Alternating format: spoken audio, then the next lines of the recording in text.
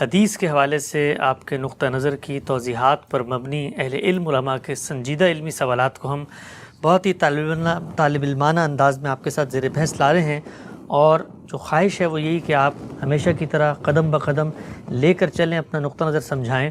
بڑی تفصیل سے آپ سے گفتگو ہوئی کہ یہ جو دین کی شرح و وضاحت ہے، تفہیم و تبیین ہے، کیا رسالت پاک صلی اللہ علیہ وسلم کی ذمہ داری تھی، نہیں تھی، دین کی جن آیات سے استدلال کر کے اس کو ذمہ داری قرار دیا جاتا ہے ان پر بھی بات ہوئی۔ میں چاہوں گا کہ بہت اسپیسیفک ایک جزئیے کی مزید تنقید آپ کے ساتھ کروں اور سمجھوں کہ ان معاملات کو آپ کیسے دیکھتے ہیں۔ آپ نے فرمایا تھا کہ قرآن مجید کی ایک آیت ہے، اس میں ہمیں یہ بتایا گیا ہے کہ ہم نے رسول کی اطاعت کرنی ہے نزاعت کے معاملے میں، چاہے وہ دین کے فہم کے اختلافات ہوں یا رسالت پاک صلی اللہ علیہ وسلم کی موجودگی میں کوئی دنیوی معاملہ بھی ہو۔ سوال آپ کی خدمت میں یہ ہے کہ جس آیت سے آپ نے استدلال کیا تھا، اس آیت میں تو یہ بیان کیا جا رہا ہے کہ اگر تم یہ نہیں کرو گے کہ نزاعات میں رسالت پاک صلی اللہ علیہ وسلم کو حکم نہ بناؤ تو پھر تو تم ایمان ہی سے خارج ہو جاؤ گے، تم مومن نہیں ہو سکتے۔ سوال یہ ہے کہ ایمان تو کہا جاتا ہے دین کے مبادیات کا، اللہ کے پیغمبر کے ان اوامر کا جو شریعت کے طور پر اس نے ہم پر لازم کر دیے ہیں، یہ دنیاوی معاملات میں کسی معاملے میں حکم نہ بنانے سے ایمان اور کفر کا فیصلہ اس آیت میں کیسے ہو رہا ہے؟ اس میں کئی باتیں سمجھنے کی ہیں۔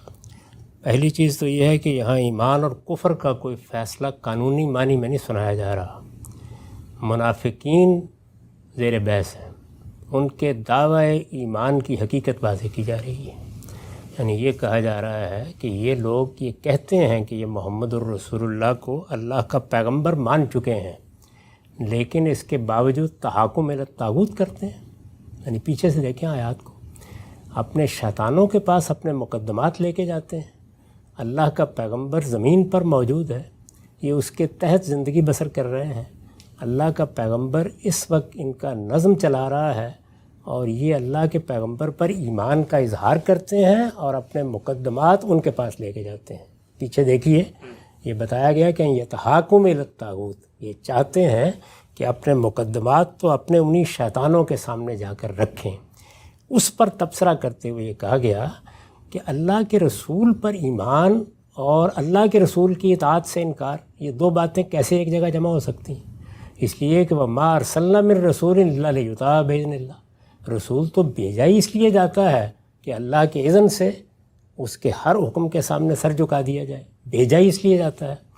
اس پر یہ کہا ہے کہ تیرے پروردگار کی قسم، یہ اگر اپنے معاملات میں آپ ہی کو حکم نہیں بناتے اور پھر اس کے بعد آپ اگر کوئی فیصلہ کر دیں، تمام اختلافات کا ذکر کر کے کہا کوئی فیصلہ کر دیں فی ما شجر بینہم، اور یہ سر تسلیم خم نہیں کرتے اس فیصلے کے سامنے، تو یہ مومن نہیں ہو سکتے۔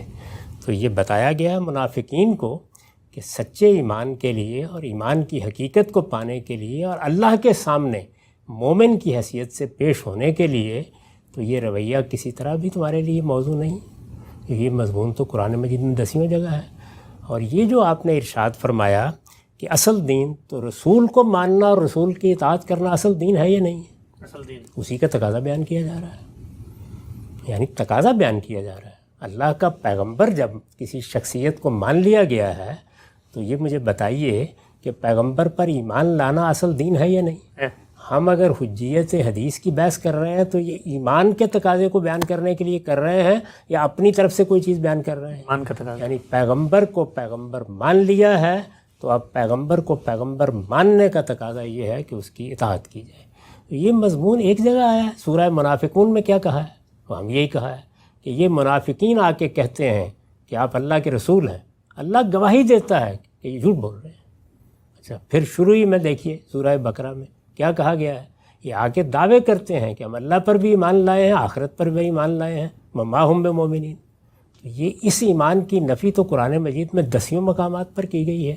یہ منافقانہ ایمان ہے، گویا قرآن مجید نے اس ایمان کو قبول ہی کرنے سے انکار کر دیا ہے، اس ایمان کو قبول ہی کرنے سے انکار کر دیا ہے کہ جس میں آدمی اللہ کے پیغمبر پر ایمان کا زبان سے اظہار کرے اور اس کی اطاعت کرنے کے لیے تیار نہ ہو، اپنے فیصلوں میں اس کو حکم ماننے کے لیے تیار نہ ہو، اپنے اختلافات اس کے سامنے پیش کرنے کے لیے تیار نہ ہو، اللہ کا پیغمبر دنیا میں موجود ہو، وہ فیصلے کر رہا ہو اور آدمی اس میں گریز اور فرار کے راستے اختیار کرے، تو یہ مضمون ہے، یہ بیان کیا گیا۔ تو اصل دین ہی کا تقاضا بیان کیا گیا ہے، یعنی اصل دین کیا ہے؟ اللہ کو ماننا۔ اب کسی جگہ یہ بتایا جائے کہ اگر کوئی اللہ کو ماننے کا اظہار کرتا ہے اور اس کے ساتھ شرک کرتا ہے تو وہ مومن نہیں ہے، یا کسی جگہ اگر یہ بتایا جائے کہ وہ لوگ جو اللہ کو مانتے ہیں، اللہ کے رسولوں کو مانتے ہیں اور پھر ما انزل اللہ کے مطابق فیصلے نہیں کرتے تو کیا ہے وہ؟ اولئک هم الکافرون۔ تو وہاں پر کیا ہے؟ وہاں کفر و ایمانی کا فیصلہ کیا گیا ہے، لیکن یہ کفر و ایمان کا فیصلہ ایمان کی حقیقت کے لحاظ سے ہے، نہ کہ دنیوی اعتبار سے ہے۔ دنیوی اعتبار سے تو منافقین مسلمان ہی رہے، ان کو مسلمان ہی مانا گیا، آخر وقت تک مسلمانوں کی جماعت کا حصہ رہے۔ اللہ تعالیٰ نے بعض امتحان برپا کیے کہ وہ بالکل نمایاں ہو جائیں، لیکن نہیں ہو سکا۔ رسالت مآب صلی اللہ علیہ وسلم کے دنیا سے رخصت ہونے تک بہت سے لوگوں کے بارے میں یہی صورتحال رہی۔ تو یہ یہاں وہ ایمان اور کفر زیر بحث نہیں ہے جس پر ہم کسی پر فتویٰ لگاتے اور اس کو مسلمانوں کی جماعت سے الگ کرتے ہیں، یہاں ایمان کی حقیقت زیر بحث ہے۔ تو یہ بڑا باعث تعجب ہے یہ معاملہ کہ اصل دین میں پیغمبر پر ایمان شامل ہے یا نہیں، اللہ پر ایمان شامل ہے یا نہیں۔ تو اگر اللہ پر ایمان کا تقاضا بتایا جائے کہ تم اللہ کو مانتے ہو اور پھر دوسروں کو شریک ٹھہراتے ہو، اللہ کو مانتے ہو اور دوسروں کے سامنے دست سوال دراز کرتے ہو، اللہ کو مانتے ہو اور اس کے بعد بتوں کی آستانے پر جا کر سر جھکاتے ہو، تم مومن نہیں ہو سکتے۔ تو یہ مضمون ہے۔ تو فلا وربک لا یؤمنون۔ پھر دوسری بات، یومنون کا یہاں مفعول مقدر کر دیا ہے، وہ آگے کا جملہ بتا رہا ہے، یعنی گویا پوری بات یہ ہے کہ فلا وربک لا یؤمنون بک، یہ آپ پر ایمان نہیں رکھتے، یہ آپ کے مومن نہیں ہو سکتے، یہ رسول کو ماننے والے مانے ہی نہیں جا سکتے۔ یہ تو بڑا اصل دین کا مقدمہ ہے جس کو بیان کیا جا رہا ہے۔ جو دین ہمیں دیا گیا ہے اس میں بتایا گیا ہے یہ کہ اللہ کو ماننا ہے تو یہ ماننا ہے، اور اللہ کے پیغمبر کو ماننا ہے تو اس طرح ماننا ہے، اور اللہ کے لائے ہوئے دین کو ماننا ہے تو اس طرح ماننا ہے۔ اللہ کو مانا اور اس کے ساتھ شرک اور بدعت کی آمیزش کر دی اور سرکشی اختیار کر لی تو یہ اللہ کو ماننا نہیں ہے۔ کوئی شخص بھی اس رویے کے ساتھ کہ وہ استکبار بھی اختیار کرے اللہ کے سامنے اور پھر اللہ پر ایمان کا اظہار بھی کرے، اسی کو بیان کیا ہے کہ اونٹ سوئی کے ناکے میں داخل ہو سکتا ہے، کوئی استکبار کرنے والا جنت میں نہیں جا سکتا۔ تو اظہار ایمان کی نفی کر دی ہے نا، یعنی ایک آدمی نے اپنی طرف سے اللہ کو ماننے کا اظہار کیا ہوا ہے، اپنے آپ کو وہ اللہ تعالیٰ پر ایمان رکھنے والا کہتا ہے، لیکن استکبار، سرکشی اور شرک اختیار کرتا ہے، تو فرمایا کہ اس کا ایمان اللہ کے ہاں قابل قبول نہیں ہے۔ یہ اپنے اس رویے کے ساتھ یہی قسم کھا کے کہا جائے گا کہ مومن نہیں ہو سکتا۔ اسی طرح اللہ کے رسول کو ماننا ہے۔ تو اصل دین ہی زیر بحث ہے، اصل دین ہی کا مطالبہ کیا جا رہا ہے، اصل دین ہی کی وضاحت کی ہے کہ تم لوگ اللہ کے رسول پر ایمان لائے ہو تو اس ایمان کا تقاضا ہے یہ کہ اس کی اطاعت کی جائے۔ اللہ کا رسول دنیا میں موجود ہو اور اس کی اطاعت نہ کی جائے تو ایمان کیا ہوا؟ یعنی یہ کیسے ہو سکتا ہے کہ تم یہ بھی مانو کہ وہ اللہ کے پیغمبر ہیں اور پھر اپنے مقدمے لے کر تم اپنے ہی شیطانوں کے پاس چلے جاؤ؟ یہ مضمون ہے۔ یعنی اس میں کون سا مسئلہ پیدا ہوا؟ اصل دین ہی تو زیر بحث ہے، اصل دین ہی کا تقاضا بیان کیا جا رہا ہے، تقاضا بیان کیا جا رہا ہے اس کا۔ تو اگر آپ کو یہ بتایا جائے کہ اللہ کو اس کی صفات کے ساتھ ماننا ہے، اللہ تعالیٰ کی تنزیہ اس طرح قبول کرنی ہے، اللہ تعالیٰ کے ساتھ فلاں صفات کا اظہار کرنا ہے، فلاں نہیں کرنا، اس کی تسبیح کے تقاضے یہ ہیں، حمد کے تقاضے یہ ہیں، تو یہ اصل دین کا بیان نہیں ہوگا تو اور کیا چیز ہوگی؟ اور اگر یہ بتایا جائے کہ اللہ کے رسول پر ایمان کا تقاضا یہ ہے کہ اطاعت کرنی ہے، سر تسلیم خم کرنا ہے، اپنے معاملات ان کے پاس لے کے جانے ہیں، تو یہ اصل دین کا بیان ہوا اور کیا چیز ہوئی؟ اصل دین ہی کا بیان ہے۔ اصل دین کے تحت ہمیں حکم کیا دیا گیا ہے؟ یہ کہ دنیوی معاملات میں بھی اصل دین کے تحت حکم دیا گیا ہے کہ دنیوی معاملات میں بھی خدا کے رسول کی طرف جانا ہے اور فیصلے کے سامنے سر تسلیم خم کر دینا ہے۔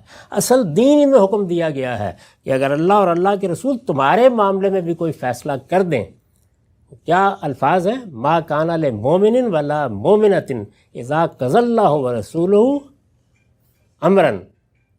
دیکھیے کیا الفاظ ہے، کسی معاملے کا فیصلہ کر دیں، ان یکون لہم الخیرۃ فی امرہم، تو لوگوں کو ان کے اپنے معاملے میں بھی کوئی اختیار باقی رہ جائے۔ یہ سب بیان کیا گیا ہے، اصل دین ہی بیان ہو رہا ہے۔ اصل دین ہی میں ایمان ختم ہو جاتا ہے اللہ کے ہاں، یعنی قانونی لحاظ سے جو کچھ بھی ہو اللہ کے ہاں ایمان ختم ہو جاتا ہے اگر اس کے ساتھ صریح شرک کا ارتکاب کیا جائے۔ اللہ کے ہاں ایمان ختم ہو جاتا ہے اگر پیغمبر کی اطاعت سے انکار کر دیا جائے، اللہ کے ہاں ایمان ختم ہو جاتا ہے اگر ما انزل اللہ کے مطابق فیصلے نہ کیے جائیں۔ اسی لیے وہاں بھی دیکھیے بالکل صریح لفظوں میں کہہ دیا اولئک هم الکافرون۔ تو یہ دنیا میں فتویٰ دینے کے لیے نہیں بتایا جا رہا، ایمان کی حقیقت بتائی جا رہی ہے، اور اصل دین زیر بحث ہے ان آیتوں کے اندر۔ ٹھیک ہے صاحب، بہت ہی خوبی سے نقطہ آپ نے واضح کیا۔ میں آپ کے سامنے اپنی طالب علمانہ انڈرسٹینڈنگ رکھتا ہوں اور چاہتا ہوں کہ ذرا بتائیے کہ معاملے کی تفہیم صحیح جگہ سے ہو رہی ہے۔ رسالت مآب صلی اللہ علیہ وسلم کے پاس جبریل امین تشریف لائے، 2 سوالات پوچھے گئے، اسلام کیا ہے، ایمان کیا ہے۔ اسلام کے جواب میں کہا گیا کہ اللہ کو ایک ماننا، رسول اللہ صلی اللہ علیہ وسلم کو آخری رسول ماننا، نماز، روزہ، زکوٰۃ، حج کا اہتمام۔ ایمان کے جواب میں کہا گیا کہ اللہ پر، اس کے فرشتوں پر، پیغمبروں پر، کتابوں پر، آخرت پر ایمان۔ اب جب ہم یہ کہتے ہیں کہ خیر و شر اور تقدیر کے بارے میں بھی اسی روایت میں آیا ہے، تو آپ یہی فرماتے ہیں کہ یہ کوئی الگ سے چیز نہیں ہے، یہ ایمان باللہ ہی کی فرع ہے۔ اب جب اللہ تعالیٰ نے یہ کہا کہ رسولوں کو ماننا ہے، تو کیا یہ کہنا ٹھیک ہوگا کہ رسول کی رسالت پر ایمان کی فرع یا لازمی تقاضا یہ ہے کہ ہم رسول اللہ صلی اللہ علیہ وسلم کی اطاعت کریں؟ دین تو جو انہوں نے دیا ہے وہ تو لینا ہی ہے، قرآن و سنت، اس کو تو ماننے کے بعد میں مسلمان کہلاؤں گا، اسی سے میں اللہ رسول کو پہچانوں گا، لیکن ایمان بالرسالت کی یہی فرع ہے، یہ اس کا لازمی تقاضا ہے کہ ہر معاملے میں اطاعت کی جائے۔ اور ذرا اس کی طرف بھی اشارہ کیجیے کہ جب ہم کہتے ہیں کہ تقدیر پر ہم ایمان لاتے ہیں تو اس پہ اللہ تعالیٰ کے لیے لازم تو نہیں آتا کہ ایک چیز تقدیر کا فیصلہ میں بتائے، تو یہاں پر بھی اگر ہم ایمان لے آئے تو رسول اللہ پر تو لازم نہیں ہے کہ شرع و فرع وضاحت ایک کر کے ہمیں وہ بتا دیں۔ یہ سب چیزیں تو الگ سے زیر بحث آئیں گی۔ سب سے پہلے جس چیز کو جاننا چاہیے وہ یہ ہے کہ جس وقت بھی آپ ایمانیات بیان کریں گے تو آپ بتائیں گے کہ فرشتوں پر ایمان کا مطلب کیا ہے، اس کے تقاضے کیا ہیں، اللہ پر ایمان کا مطلب کیا ہے، اس کے تقاضے کیا ہیں، اسی طرح سے رسولوں پر ایمان کا مطلب کیا ہے، اس کے تقاضے کیا ہیں۔ تو یہ رسولوں پر ایمان اصل دین ہے، اللہ کا پیغمبر موجود ہے، وہ لوگ اس کے اوپر ایمان لے آئے ہیں، جب وہ اس پر ایمان لے آئے ہیں تو اب ان کا رویہ کیا ہونا چاہیے رسول کے باب میں یہ بتایا جا رہا ہے۔ اللہ پر ایمان لے آئے ہیں تو ان کا رویہ کیا ہونا چاہیے اللہ تعالیٰ کے بارے میں، یہ اس کو بیان کیا جا رہا ہے۔ جب ہم یہ بتاتے ہیں کہ اگر کوئی آدمی اللہ پر ایمان رکھتا ہے اور اللہ کی بندگی کے لیے تیار نہیں ہوتا، اللہ پر ایمان رکھتا ہے اور اللہ کے بجائے دوسروں کے دروازے کھٹکھٹاتا ہے جب اس کو مدد مانگنی ہوتی ہے، تو یہ کیا چیز ہے؟ اس میں ایمان ہی کی نفی کی جائے گی۔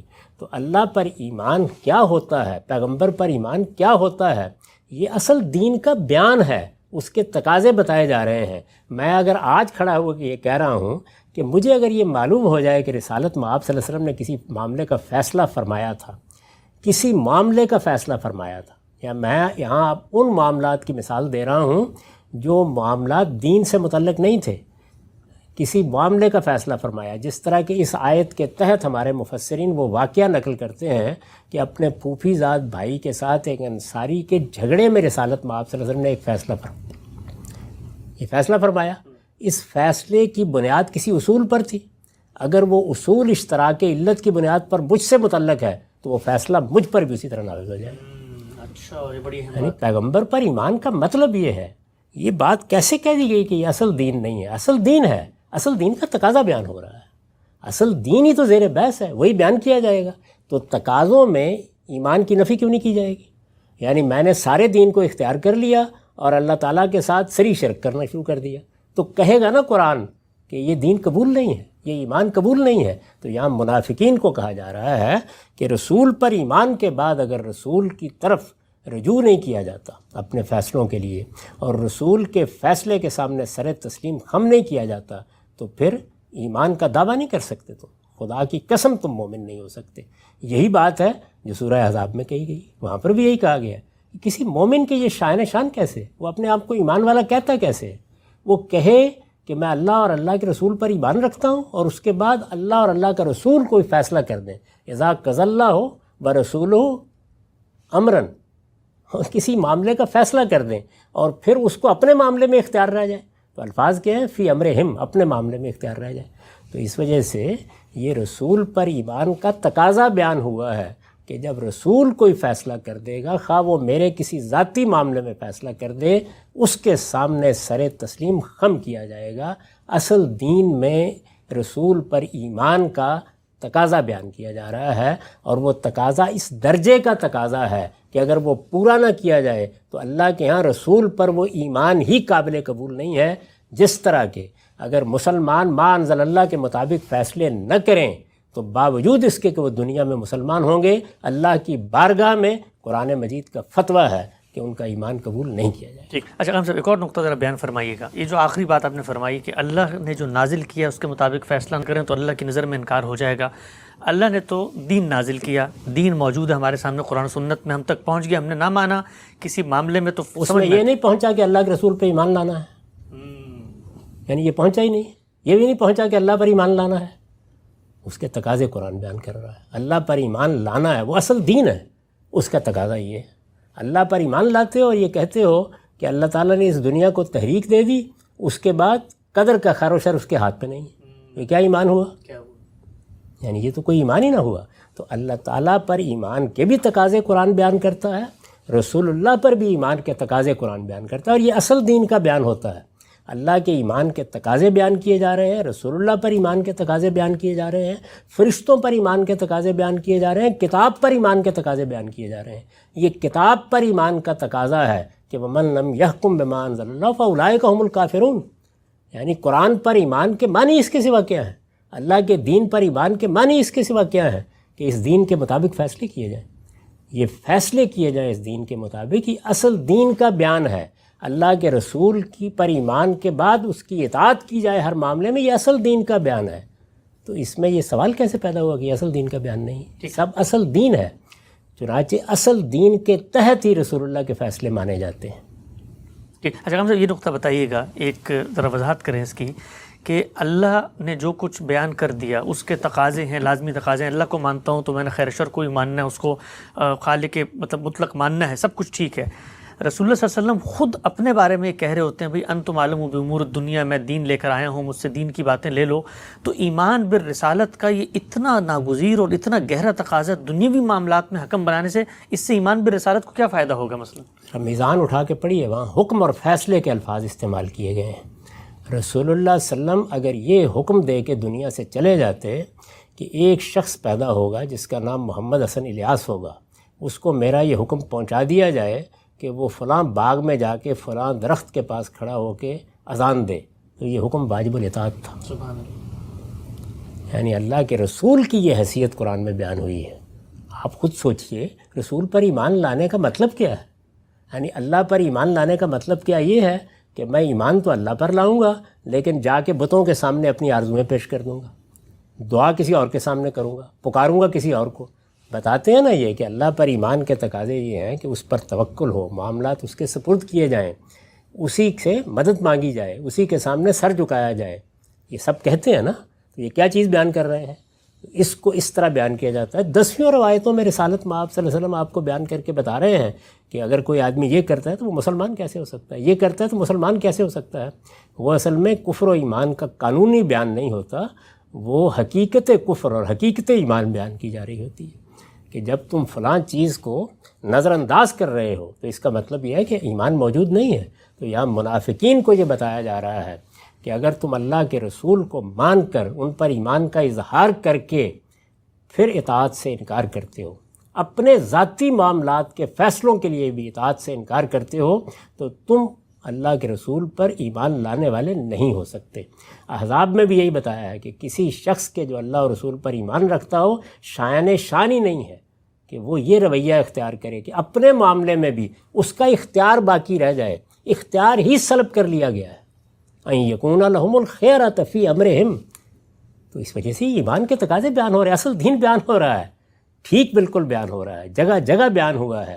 یہ تو اگر موقع ہو اور اس کو آپ اعتراضات سیریز میں موضوع بنا لیں تو میں قرآن کے 10 مقامات رکھ دوں گا سامنے جس میں ایمان کے یہ تقاضے بیان کیے گئے ہیں، کہیں رسول کے بارے میں، کہیں اللہ تعالیٰ کے بارے میں، اور ہر جگہ یہی کہا گیا ہے اللہ تعالیٰ جو حکم بھی دے دیں، جب وہ حکم اور فیصلہ بن جائے گا، اللہ تعالیٰ بہت سی چیزوں کے بارے میں بعض چیزیں کہتے ہیں، وہ حکم اور فیصلہ نہیں ہوتی۔ حکم اور فیصلہ جب کوئی چیز بن جائے گی تو اللہ کی اطاعت بھی کی جائے گی، اللہ کے رسول کی اطاعت بھی کی جائے گی، اور اگر کوئی اللہ کے حکم یا فیصلے اور کوئی اللہ کے رسول کے حکم یا فیصلے کو نہیں مانتا تو وہ حقیقت میں نہ اللہ کو مانتا ہے نہ اللہ کے رسول کو مانتا ہے۔ اسی طرح میں نے عرض کیا نا، ما انزل اللہ کے بارے میں صاف کہہ دیا کہ اگر یہ قرآن ہے، یہ اللہ نے نازل کیا ہے، یہ تمہارے ہاتھ میں دے دیا گیا، یہ تورات ہے، یہ اللہ نے نازل کی ہے، یہ انجیل ہے، یہ اللہ نے نازل کی ہے، اس کے مطابق فیصلے نہیں کرتے تو اپنے آپ کو کہتے رہو یہود، اپنے آپ کو کہتے رہو نصارہ، اپنے آپ کو کہتے رہو مسلمان، تم اللہ کی نگاہ میں ظالم ہو، فاسق ہو اور کافر ہو۔ یہ کہا ہے یا نہیں کہا؟ سورہ مائدہ میں فرمایا نا، یہ کیا چیز زیر بحث ہے؟ اصل دین زیر بحث ہے۔ یہاں بھی اصل دین زیر بحث ہے۔ منافقین کو اصل دین بتایا جا رہا ہے کہ اصل دین جس کو تم مانتے ہو، جس پر تم ایمان لا چکے ہو، ایمانیات کے اندر رسول پر ایمان، یہی تمہیں اس وقت مسلمان بنا رہا ہے۔ یہ قابل قبول ہی نہیں ہے خدا کے نزدیک اگر رسول کی اطاعت نہیں کرتے۔ ٹھیک، یہی بات بیان کی۔ بالکل واضح ہو گیا۔ آگے بڑھاتے ہیں سلسلے کو۔ ایک اور سوال، آپ نے فرمایا کہ جب یہ اطاعت کی بات کی جاتی ہے تو یہ تو ایمان بالرسالت کا تقاضا ہے کہ رسول کی اطاعت کی جائے۔ کہا یہ گیا ہے کہ اطیعوا اللہ و اطیعوا الرسول کی جو آیت ہے قرآن مجید میں سورہ مائدہ میں بھی زیر بحث آئی، وہاں پر یہ کہا گیا ہے کہ اللہ کی اطاعت کرو، رسول کی اطاعت کرو، لیکن جو پس منظر ہے آیت کا، جو آگے بات بیان ہو رہی ہے، وہ تو قرآن و سنت والے اصل دین کی اطاعت کے ضمن میں بات ہو رہی ہے کہ ان معاملات میں اطاعت کرو۔ الفاظ ہیں کہ فَإِن تَوَلَّيْتُمْ فَاعْلَمُوا أَنَّمَا عَلَىٰ رَسُولِنَا الْبَلَاغُ الْمُبِينُ، کہ بھائی رسول کے اوپر تو بلاغ مبین تھا، اس نے بات پہنچا دی، اطاعت کرو۔ آپ نے خود ہی فرمایا تھا کہ بلاغ مبین تو وہ خود لِتُبَيِّنَ لِلنَّاسِ والی آیت بھی بتا رہی ہے کہ وہ اصل دین کے بارے میں، یعنی قرآن پہنچا دو، سنت پہنچا دو۔ تو یہاں پر اطاعت کو ہم کیسے مان لیں دنیاوی معاملات میں؟ قرآن پہنچا دو، سنت پہنچا دو، یعنی قرآن کو اٹھا کے کسی غلاف میں رکھ لو اور سنت کو اٹھا کے جیب میں ڈال لو۔ بھائی وہ قرآن میں کیا لکھا ہوا ہے؟ یہی لکھا ہوا ہے کہ رسول کی اطاعت، اللہ کو مانو، رسول کی اطاعت کرو، فرشتوں پر ایمان لاؤ، آخرت پر ایمان لاؤ۔ وہ کیا چیز ہے اصل دین؟ تو یہ جو آیتیں ہیں ذرا غور فرمائیے اس پہ کیا ہے۔ اس میں یہ بیان کیا گیا ہے کہ جو اصل دین ہے اللہ اور رسول کی اطاعت بھی اسی کا حکم ہے۔ اچھا، ظاہر ہے یہ بیان کیا گیا۔ بھئی اللہ اور رسول کی اطاعت اصل دین سے کیسے نکل گئی؟ یعنی جو بحث ہے وہ یہ ہے کہ دین سے آگے بھی اگر کوئی چیز پیغمبر کہتا ہے تو مانی جائے گی۔ جی ہاں، یہ بحث ہے۔ یہ بحث ہے۔ ہاں، یہ پیغمبر کو ماننا اور پیغمبر کی اطاعت کرنا یہ اصل دین ہے۔ اللہ تعالیٰ یہ کہیں کہ تم لوگ بدر کے میدان میں اتر رہے ہو، اس وقت بدر کے میدان میں اتر رہے ہو اور اس جگہ کھڑے رہو گے، یہی ہے نا؟ جی، فلاں جگہ پر کھڑے ہو کر تم جنگ کرو گے۔ احد میں رسول اللہ صلی اللہ علیہ وسلم نے ایک جگہ پر لوگوں کو مقرر کر دیا اور کہا کہ تم لوگ یہ جگہ نہیں چھوڑو گے۔ تو یہ جو حکم تھا کیا وہ اصل دین تھا؟ لیکن اس کا تقاضا تو تھا۔ اصل دین کا تقاضا تھا نا۔ جی ہاں، جی ہاں، اصل دین کیا تھا کہ یہ حکم پیغمبر دے رہا ہے، دے رہا ہے، اس کی اتھارٹی ہے۔ اس کی اتھارٹی ہے، اس لیے اس کی خلاف ورزی نہیں کی جا سکتی۔ تو اللہ اور رسول کی اطاعت اصل دین ہے۔ اس کے بارے میں کہا گیا ہے کہ اللہ کے رسول نے یہ احکام بھی پہنچا دیے، یہ بھی پہنچا دیے، یہ بھی پہنچا دیے، اللہ اور رسول کی اطاعت کرو، یہی دین ہے، اور رسول پر ذمہ داری یہی تھی کہ اس نے اس کو پہنچا دیا ہے۔ تو یہ تینوں جگہوں پر آپ دیکھیے، یہ جو وما علی الرسول الا البلاغ المبین یا اس طرح کے الفاظ آئے ہیں، وہ یہی الفاظ ہیں، یہی بتایا گیا کہ اصل دین ہے۔ دیکھیے اس کو بیان کرنے کے کئی طریقے ہوں گے۔ یعنی آپ کہیں گے ما انزل اللہ کی پیروی کرو، رسول نے یہ بات پہنچا دی، یہی اصل دین ہے۔ قرآن اور سنت کی پیروی کرو، یہی اصل دین ہے، اور رسول پر اس کے پہنچانے کی ذمہ داری ہے۔ اچھا، اسی طریقے سے آپ اس کے اجزاء کر دیں گے، نماز کا اہتمام کرو، روزے کا اہتمام کرو، حج کرو، یہ دین ہے۔ اسی طرح جیسے نماز کہی آپ نے، روزہ کہا، اجزاء میں بیان کیا دین کو، اب آپ نے کہہ دیا کہ اللہ اور رسول کی اطاعت کرو۔ تو اللہ اور رسول کی اطاعت اصل دین کے احکام میں سے ہے۔ اللہ اور رسول کی اطاعت کس کس معاملے میں کرنی ہے؟ جب وہ دین دیں تب بھی کرنی ہے، جب وہ دنیا میں کوئی حکم دیں اس وقت بھی کرنی ہے۔ یہ بات ہے جو بیان کی جا رہی ہے۔ تو یہ تو اصل دین کا حکم بیان کیا جا رہا ہے۔ حکم کیا ہے؟ بحث اس پر ہو رہی ہے۔ وہ حکم یہ نہیں ہے کہ اطاعت صرف تم دینی معاملات میں کرو گے، نہیں، ہر معاملے میں جو تم رسول کے پاس لے کر آؤ گے، اور کیا چیز ہے، وہاں سے کوئی حکم صادر ہو گیا، وہاں کوئی فیصلہ سنا دیا گیا، مما قضیتا، میں نے توجہ دلائی تھی، اور اسی لیے میزان میں الفاظ ہیں کوئی حکم یا فیصلہ۔ یعنی یہ بحث یہ نہیں ہے کہ روایت کے اندر اگر کوئی واقعہ بیان ہوا ہے، کوئی تبصرہ بیان ہوا ہے، حضور بیان فرمائیں گے۔ یہ آپ کا کام ہے کہ آپ بتائیں کہ یہ تبصرہ ہے، یہ مشورہ ہے، یہ تدبیر ہے، یہ حکم یا فیصلہ ہے۔ جیسے ہی حکم اور فیصلہ صادر ہو جائے گا تو پھر ان یکون لہم الخیارہ، پھر کسی کے لیے اختیاری باقی نہیں رہا، دین کے معاملات میں نہیں، فی امرہم، اپنے معاملات میں بھی کوئی اختیار باقی نہیں رہا۔ تو یہ رسول اللہ پر ایمان کا تقاضا ہے جس کو میں بیان کر رہا ہوں۔ یعنی میں روایت کو قابل اعتنائی کیوں سمجھوں گا؟ اس لیے کہ یہ رسول اللہ پر ایمان کا تقاضا ہے۔ تو رسول اللہ پر ایمان اصل دین ہے یا نہیں ہے؟ اصل دین ہی کے ایک حکم کی پیروی کی جا رہی ہے کہ رسول اللہ نے کوئی فیصلہ کر دیا، اور فیصلہ کس چیز کے بارے میں کیا ہے؟ میرے ذاتی معاملے میں، میرے زمین کے جھگڑے میں، میرے گھریلو معاملے میں فیصلہ سنا دیا آپ نے۔ جب فیصلہ سنا دیا ہے تو اب کسی کے لیے بھی اس سے انحراف کی کوئی گنجائش باقی نہیں رہی۔ اور وہ جو بات میں نے کہی تھی کہ پورے قرآن میں کسی جگہ پر بھی یہ اسلوب نہیں اختیار کیا گیا کہ رسول کی اطاعت کے تحت اصل دین کو بیان کیا گیا ہے، کسی جگہ بھی نہیں۔ وہ کیسے بیان ہوتا ہے؟ وہ اس طرح بیان ہوتا کہ رسول کی اطاعت کرو اور اس کا تقاضا ہے نماز کا اہتمام کرو، رسول کی اطاعت کرو اور اس کا تقاضا ہے مان اللہ پر عمل کرو، رسول کی اطاعت کرو اور اس کا تقاضا ہے کہ روزہ رکھو، رسول کی اطاعت کرو اس کا تقاضا ہے قرآن پر ایمان لاؤ۔ ایسے کبھی بیان نہیں کیا جاتا۔ رسول کی اطاعت خود اصل دین ہے، اور اس کا حکم دیا گیا ہے، اس کو ایمان کا لازمی تقاضا قرار دیا گیا ہے۔ اگر کوئی آدمی ایمان کا اظہار کرتا ہے اور اللہ کی عبادت سے گریزاں ہے، اور اگر کوئی آدمی ایمان کا اظہار کرتا ہے اور رسول کی اطاعت سے گریزاں ہے، تو وہ کس طرح سے قابل قبول ہو سکتا ہے؟ فرشتوں کو اور تمام جنات کو تو آدم کے سامنے سجدہ ریز کرنے کا حکم دے دیا گیا، وہ تو اس پر معارضہ کر سکتے تھے کہ پروردگار ہمیشہ آپ نے تو ہمیں یہی کہا تھا کہ میرے سامنے سجدہ کرو۔ تو آپ یہ دیکھیے کہ راندہ درگاہ ہو گیا، حکم کی خلاف ورزی کیوں کی ہے؟ تو پیغمبر کا حکم اور فیصلہ کیا حیثیت رکھتا ہے؟ میری اور آپ کی ذاتی زندگی کے بارے میں، ذاتی معاملات کے بارے میں یہ قرآن نے بیان کیا ہے۔ میں تو اس پر حیران ہوں کہ یہ بات ناقابل فہم کیسے ہو گئی۔ اصل دین کا تقاضا ہے یہ کہ رسول اللہ کے فیصلے کو قبول کیا جائے۔ اچھا غم صاحب، یہ ساری بحث بڑی خوبی کے ساتھ آگے جاری ہے۔ ایک نقطہ واضح ہوا، میں چاہتا ہوں آپ کی خدمت میں رکھوں آخر میں۔ یہ جو پچھلی 8 نشستوں میں آپ یہ بات فرما رہے تھے، میری ذمہ داری ہے، مجھ پر لازم کیا گیا ہے، فیما شجر بینہم ہو تو میں نے حکم بنانا ہے، رسول کے پاس جانا ہے، اطاعت کرنی ہے، اس کا ایک لازمی مفہوم لوگ یہ نکال رہے تھے کہ جب اتنا زور لگایا گیا اور حقیقت ایمان کی نفی ہو گئی ہے، پھر تو رسول اللہ پر بھی لازم ہونا چاہیے ہے۔ مجھ پر لازم ہے، میں چلا گیا، اگر رسول اللہ نے یہ فرمایا کہ جاؤ خود فیصلہ کرو، تو اب مجھے اس بات کی بھی اطاعت کرنی ہے کہ میں آپ پر یہ ذمہ داری نہیں ڈال سکتا کہ آپ مجھے جواب دیں، میں نے خود جا کے فیصلہ کرنا۔ جی ہاں، یہی بات ہے جو سمجھانے کی کوشش کی گئی ہے کہ رسول اللہ پر جو ذمہ داریاں ڈالی جاتی ہیں، تو کیا تمام دین کی ذمہ داریاں جو ہم پر ڈالی گئی ہیں وہ سب فرض ہو جاتی ہیں؟ ہم پر دین کی ذمہ داریاں فرض کے درجے میں بھی ڈالی گئی ہیں، استحباب کے درجے میں بھی ڈالی گئی ہیں، نفل کے درجے میں بھی ڈالی گئی ہیں، تطوع کے درجے میں بھی ڈالی گئی ہیں۔ وہ ذمہ داری ہی ہوتی ہے۔ یعنی ذمہ داری کا لفظ تو ایک جامع تعبیر ہے، ذمہ داری ہی ہے، لیکن اس ذمہ داری کی نوعیت کیا ہے؟ فرض ہے، واجب ہے، نفل ہے، تطوع ہے، استحباب ہے، کیا نوعیت ہے اس کی؟ اچھا، اسی طرح کیا وہ معاملہ ہمارے اوپر چھوڑ دیا گیا ہے؟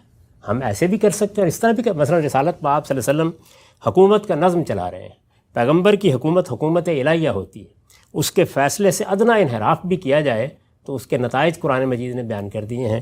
یہود بھی اسی کے تحت زندگی بسر کر رہے ہیں، معاہدہ کر چکے ہیں۔ رسول اللہ کو کیا فرمایا گیا؟ جب یہ آپ کے پاس آئیں کوئی فیصلہ کرانے کے لیے، تو اگر آپ چاہیں تو فحکم بینہم، اور چاہیں تو عارضاً ہوں، چاہیں تو اعراض کر لیں۔ کتنا اہم معاملہ ہے۔ یہ سب معاملات ایسے ہی ہیں۔ یعنی رسالت میں آپ صلی اللہ علیہ وسلم کیوں پابند ہو گئے کسی چیز کے؟ رسالت میں آپ صلی اللہ علیہ وسلم انہی چیزوں کے پابند ہوں گے جن کا اللہ آپ کو پابند کرے گا، جن چیزوں کو استحباب اور تطوع اور نفل کے طور پر چھوڑا جائے گا، آپ چاہیں گے تو وہ کریں گے، چاہیں گے تو نہیں کریں گے، اس کا اجر ملتا ہے۔ اور جن چیزوں کو تدبیر پر چھوڑ دیا گیا ان میں آپ تدبیر کرنے میں آزاد ہوں گے، مشورہ کرنے میں آزاد ہوں گے۔ وہ ذمہ داری جو رسول اللہ پر ڈالی گئی کہ آپ کو خدا کی عدالت برپا کرنی ہے اس سرزمین میں، اس میں بھی آپ نے مختلف موقعوں پر یہی طریقہ اختیار کیا۔ یعنی حدیبیہ کے موقع پر فرمایا معمور، اوپر سے حکم دے دیا گیا ہے۔ بدر کے موقع پر لوگوں نے پوچھا کہ یہ جگہ جو آپ نے انتخاب کی ہے اس میں ہم بھی کوئی رائے دے سکتے ہیں؟ آپ نے فرمایا میں نے اپنی رائے سے اختیار کیا، کوئی حکم نہیں ہے، تم رائے دینا چاہتے ہو دے سکتے ہو۔ تو اس لیے یہ تمام معاملات رسالت میں آپ صلی اللہ علیہ وسلم کی جو 2 ذمہ داریاں قرآن میں بیان ہوئی ہیں، ایک یہ کہ آپ کو جو دین دیا گیا ہے اور اس دین کا حکم ہے، یہ اس دین کا اصل دین کا حکم ہے کہ اللہ کے رسول پر ایمان لانا ہے اور ہر معاملے میں اس کی اطاعت کرنی ہے۔ یعنی یہ ان کا کام ہے کہ وہ کسی معاملے کو حکم اور فیصلہ بنائیں یا نہ بنائیں۔ انہوں نے نہیں بنایا تو میں اور آپ آزاد ہیں، انہوں نے اس کو حکم اور فیصلے کی صورت دے دی ہے، تو اب وہ کھجوروں کے اوپر اگر پیوند لگانا ہے اور حکم اور فیصلے کی صورت اختیار کر گیا ہے تو اب سرتابی نہیں ہو سکتی۔ رسالت میں آپ صلی اللہ علیہ وسلم نے وضاحت فرمائی کہ میں نے تو یہ ایک بات کہی تھی، یہ میں کوئی دین کا حکم نہیں بیان کر رہا تھا، نہ کوئی فیصلہ سنا رہا تھا، یہ وضاحت فرمائی. اگر آپ پلٹ کے یہ کہہ دیتے کہ یہ میرا حکم ہے تو پھر اس کے بعد بھی اس سے سرتابی کی جا سکتی تھی. یہ بحث کی جاتی کہ یہ تو دین کا حصہ ہی نہیں ہے, یہ تو دنیا کا معاملہ ہے. دنیا کا معاملہ ہے یا دین کا, یہ فیصلہ پیغمبر کو کرنا ہے کہ وہ ہمارے لیے اس کو آزاد چھوڑ رہے ہیں یا وہاں کوئی حکم اور فیصلہ سنا رہے ہیں. تو اگر وہ فیصلہ سنا دیں گے, اگر وہ حکم دے دیں گے تو پھر سر تسلیم خم ہوگا. پھر عرض کر دوں یہ اصل دین کا بیان ہے, اور اصل دین کے احکام میں سے ایک بڑا حکم یہ ہے کہ اطیعوا اللہ و اطیعوا الرسول. اور یہ حکم کیوں دیا گیا وہ ظاہر ہے کہ ایک لمبی بحث آپ کریں گے تو عرض کروں گا کہ پورے قرآن میں یہ حکم اس معنی میں دیا ہی نہیں گیا جس معنی میں لوگ سمجھتے ہیں. یہ اصل میں اس حکومت کی ذمہ داریاں بیان کی جا رہی ہیں جس کے تحت رسالت مآب صلی اللہ علیہ وسلم کے صحابہ رسالت مآب صلی اللہ علیہ وسلم کی اپنی قیادت میں زندگی بسر کر رہے تھے. وہاں آپ کی کیا حیثیت ہے؟ یعنی رسول حکمران ہے تو وہ محض حکمران نہیں ہے, وہ رسول حکمران ہے. رسول قیادت کر رہا ہے تو وہ محض قائد نہیں ہے جس طرح کے قائد ہوتے ہیں, رسول قیادت کر رہا ہے. دیکھیے قیادت کے معاملات میں ایک موقع پر رسالت مآب صلی اللہ علیہ وسلم نے لوگوں کو کسی اجتماعی مسئلے پر رائے قائم کرنے کے لیے, مشورہ کرنے کے لیے, یہ واضح ہے کہ دین کا معاملہ نہیں ہے, مشورہ کرنے کے لیے بلایا ہے. اس موقع کے اوپر اللہ تعالیٰ نے یہ فرمایا کہ یہ تصور کیسے کرتے ہیں کہ اللہ کے رسول کے کسی حکم کی خلاف ورزی کریں, یہ اس بات سے ڈریں کہ یہ کسی فتنے میں مبتلا نہ ہو جائیں اور ان پر اللہ کا دردناک عذاب نہ آ جائے. اس کے بعد جانتے ہیں آخر میں کیا کہا ہے؟ رسول کے بلانے کو عام آدمی کا بلانا سمجھتے ہو؟ تو رسول کیا ہے, اس پر ایمان کا مطلب کیا ہے؟ اس آیت میں منافقین کو یہ بتایا جا رہا ہے, یہ سمجھایا جا رہا ہے, یہ اصل دین ہے جس کی وضاحت کی جا رہی ہے. جزاکم اللہ خیر غام صاحب. بہت ہی اہم گفتگو آج ہم نے غام صاحب سے کی کہ رسول کی اطاعت کی اصل کیا ہے, بنیاد کیا ہے. ایمان بالرسالت اور پورے کے پورے اصل دین ہی کا یہ تقاضا ہے کہ رسول کی اطاعت کی جائے. بہت سارے اشکالات ہیں اور میں یہاں پر یہ بھی کہوں گا کہ وہ سنجیدہ اہل علم جو اس معاملے میں غامدی صاحب کے نقطہ نظر پر تنقید بھی کر رہے ہیں اور توضیحات مزید کے لیے اشکال بھی اٹھا رہے ہیں, ہم ان کے شکر گزار ہیں کہ ایک صاحب علم کی آراء کو سمجھنے میں مدد اور معاونت ملتی ہے. گفتگو کا سلسلہ جاری ہے غام صاحب, آگے بات کو بڑھائیں گے انشاءاللہ. وقت یہاں پہ ختم ہوتا ہے, اجازت دیجیے, اب تک آپ کا بہت شکریہ.